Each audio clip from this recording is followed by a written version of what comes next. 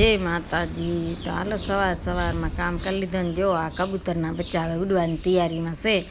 વિયાઈ ગઈ તો અહીંયા કબૂતરી તો હવે ઉડી જશે। અને પછી અહીંયા એક ઢેલો કેક શું કે ચક્કી રાતી પૂંછડીવાળું વિયાણું છે, એનાય પણ 2 બચ્ચા છે અહીંયા।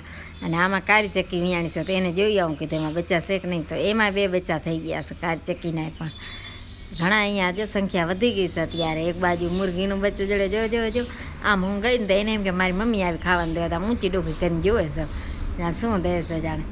અને પછી આ ફ્રીજમાં બધો બરફ થઈ ગયો તો બધી ફ્રીજ સાફ કરવાની હતી, તો એને બાપાએ હતી ફ્રીજ બધો ખોલી બરફ બધો કાઢ્યો ને મને કે તું અહીંયા બોર ફટાક કરી નાખ હવે। મુસ્કાનને બીજો કાંઈ કામ કરતી હતી અને મારે લડ્ડુને નવરાવો, તો પછી ફ્રીજને સાફ કરી હું નાહી અને લડ્ડુને નવરાવું સૂર્ય આવે। અને પછી કીધું ખાવાનું કરીએ, કીધું એટલે નોખો હંધા કામ કરેલ ઝપાટે કામ થઈ જાય તો લડ્ડુ નવરાવું છું શંખથી આપણે નવરાવવા પડે લડ્ડુને। અને પછી હું લઈ આવી હતી બેણી ભજાવતી, તો કીધું લે બેણીમાં પ્લાસ્ટિકની બોટલમાં હતો ને તો ડબ્બામાંથી કાઢી અને બેણીમાં નાખું છું।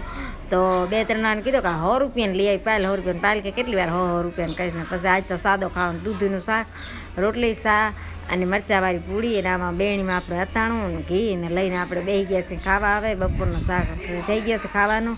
અને પછી એના પપ્પા ગયા હતા ક્યાંક વાયરનું કામ કરવા, તો કામ કરીને આવ્યા તો છોકરે સારું નેસ્લો હોટલમાંથી જેવો લઈ આવ્યા છે લચ્છી, તો લચ્છી છોકરાને ઠંડી પીવડાવે છે કે આજ કે ઠંડી લઈ આવ્યો।